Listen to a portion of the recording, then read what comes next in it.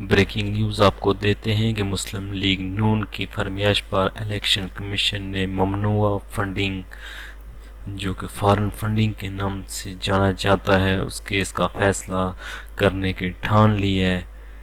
Breaking news آپ کو دیتے ہیں کہ الیکشن کمیشن نے نون لیگ کی فرمائش پر فیصلے کو حتمی شکل دینے کی طرف جا رہی ہے۔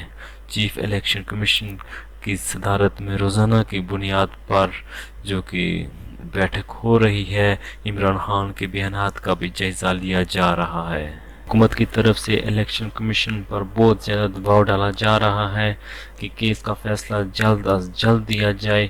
حکومت ہر طرح کے ہتھ کنڈے استعمال کر رہی ہے، ہر جگہ پر عمران خان کو گرانے کی کوشش کر رہی ہے، لیکن دیکھتے ہیں اگست کے وسط تک ممنوعہ فارن فنڈنگ کیس کا فیصلہ سنائے جانے کا امکان ہے۔